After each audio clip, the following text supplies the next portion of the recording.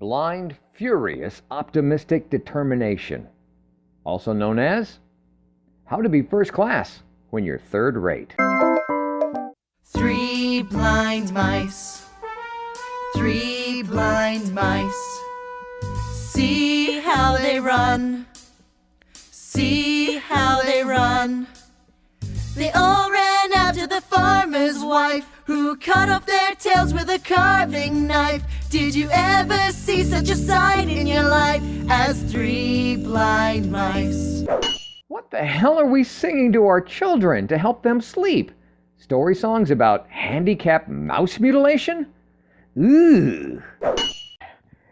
And it's time for another unbuckled bumpy ride with your guide, the stark raving LEAN-atic himself. I'm Jim. Let's jump right in again.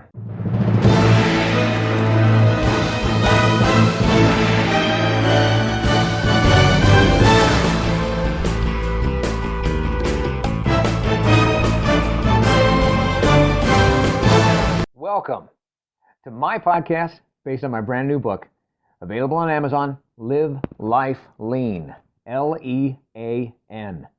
It's a year-long guide to gratitude and our daily grind. The book that combines some timeless wisdom from a whole lot of the world's wiser people with the reflections, reactions, and wisecracks of the guide's author, me.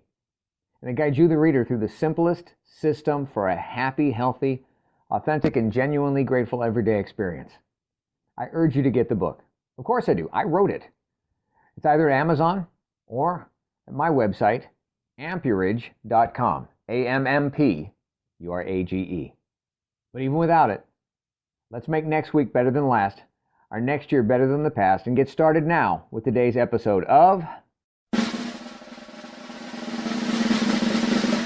Famous person once said, "I believe any success in life is made by going into an area with blind, furious optimism." AKA, at least what I see as, far-side stimulated, selectively focused, nearsighted, narrow-mindedness. And that's why no one has put any of my quotes on some statue high atop a city for all to see. Well, not yet they haven't. Stay tuned, though, to learn who did originally recite about success and blind, furious, optimistic determination. I know what they say about success. In our world, I've heard so much about it that at times I feel like a failure because all those great quotes haven't got me there yet. They haven't got me to their level yet. Am I just not getting something? Am I just not seeing something? Have you ever felt even a little like that? Have any of the legends in our world ever really felt just like us? Well, the person who I quoted before about success being a product of blind, furious, optimistic determination was none other than Sylvester Stallone. And if you've never heard his story of going from third rate to first class, well, here's a snapshot for you. Stallone, who was at one time so poor he had to sell his dog to afford to live because he couldn't afford to buy food for himself or the dog. Now that alone, it should make us believe he's pretty first class all the way, because he didn't just dump the dog in a shelter to be abandoned or put to sleep. No, he sold him to a good home that could afford to do the right thing. Stallone had vision even when he was blindly determined to succeed and survive. A two-bit third-rate actor at one time, Stallone wrote but would not release the role in the movie of Rocky till he got to play it. That was his vision, and he was blinded to any alternative outcome. Imagine if it were your baby. Would you bring it into the world and then turn it over to someone else to raise if you believed you could do enough of a good enough job raising it? Are we talking about his dog or his dream acting role? Sylvester Stallone once shared a beautiful tribute to Butkus, the dog that he had to sell. Stallone said, "When I was 26, totally broke, going nowhere, very fast, I owned 2 pairs of pants that barely fit and shoes that had holes in them. Dreams of being successful were as far away as the sun. But I had my dog, Butkus, my best friend, my confidant, who always laughed at my jokes, put up with my moods, and was the one living thing that loved me for who I was." Seeing as how you already know about Stallone selling the dog, you got a box of tissue nearby? because this gets better. Stallone said 1971 was a tough year for he and Butkus. We were both thin, hungry, and living in a flop house above a subway stop. I used to say this apartment had hot and cold running roaches.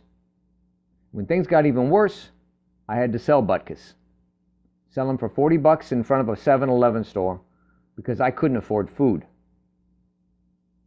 Now, what Stallone didn't recount here was that shortly thereafter Hollywood offered him 6 figures for the rights to the Rocky story. But Stallone wouldn't sell because his dream was not to be a writer, but to play the role he'd written, which would make him a star. So Stallone passed on the offer and kept looking for someone who'd both buy the story and buy into him as the movie's lead. Then, like a modern-day miracle, the screenplay for Rocky sold, Stallone said. And I could buy him back. Butkus. I could buy him back. But the owner knew I was desperate, and he wanted to charge me $15,000. He was worth every penny, said Sly. Rocky won an Oscar. The two, Stallone and Butkus, never separated, and Butkus even got to star in the first 2 movies before his death in 1981. Now that is passion. Blind, furious, determined, optimistic passion. Kind of like another movie, The Passion of the Christ, the story of Jesus Christ's arrest, trial, and suffering. It ends with his execution by crucifixion. The word passion comes from the Latin word for suffering.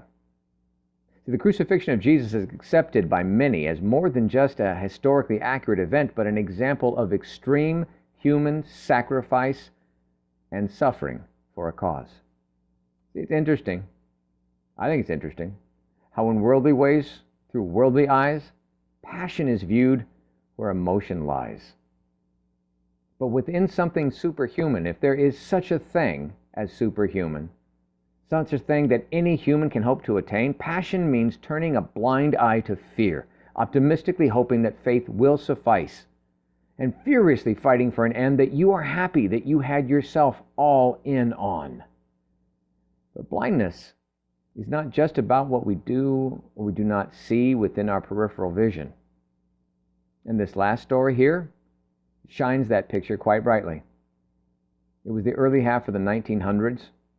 Rose Bowl champion in 1934 at Columbia University in New York was a coach named Lou Little. But before that Rose Bowl championship, Lou Little coached at Georgetown. There he coached a young man who had all the physical abilities, but not the athletic talent needed to be a starter. That young man had first-class heart, but showed just third-rate talent. Coach Little worked with the young man, every day, but the young man showed no improvement. Despite this, that same young man continued to work harder, maintaining a good attitude and spirit. A couple days before his final game at Georgetown, the young man's father died. Coach Little told the young man how sorry he was for his loss and that he felt that he should go home to be with his family. The team would understand. You can imagine Lou Little's surprise when he got to the locker room the day of the game and found the young man sitting there before everyone else, pleading with the coach to let him play in the game. He said, "Son, you have never been a starter," Little told him. "This is the championship game. I cannot take that kind of risk today." "Coach, I have got to do this for my father," the young man pleaded. "Just put me in for the first play, and then you can take me out of this game." Little saw his determination and finally gave in. He trusted the young man, just this once. So he put the young man in the starting lineup to cover the game's opening kickoff. That kid tackled the player returning the kick so damn hard he nearly knocked him into the first row of seats. After the play was over, the young man, as promised, got up, ran to the sideline, knowing that he successfully completed the one play that the coach promised him. But Coach Little motioned to the young man to stay in the game. The young man played the rest of the game, and he led the team in tackles and helped Georgetown win the conference championship that day. After the game, Little pulled the young man aside. Son, where in the world did that come from? He asked him. You've never played like that before. You've never shown that much desire in 4 years. Coach, you know my father died, the young man said. Did you know my father was blind? Today was the first day he could see me play. Do you hear that? That's what it really sounds like when you could hear a pin drop. Because the noise of the whole world can be silenced in the shadow of what's truly important. When even faced with hard, painful, soul-crushing times, if we are blindly and furiously committed, we can do the greatness we were made to manifest and make the halls of legends hushed by the gift of our gritty determination. Thank you, Sylvester Stallone, for taking your chances. Thank you, Coach Lou Little, for giving someone theirs. And you, out there, thank you for listening. Now, go and blindly see what you can do with yours. And now, more words of wisdom to wow your socks off from the Live Life Lean Guide itself. Entry 234. Make the most of the best and the least of the worst. Robert Louis Stevenson. And the guide's point of view on this? But don't boast like a beast, or you'll be the last one anyone asks first. Just saying. What do you think about this?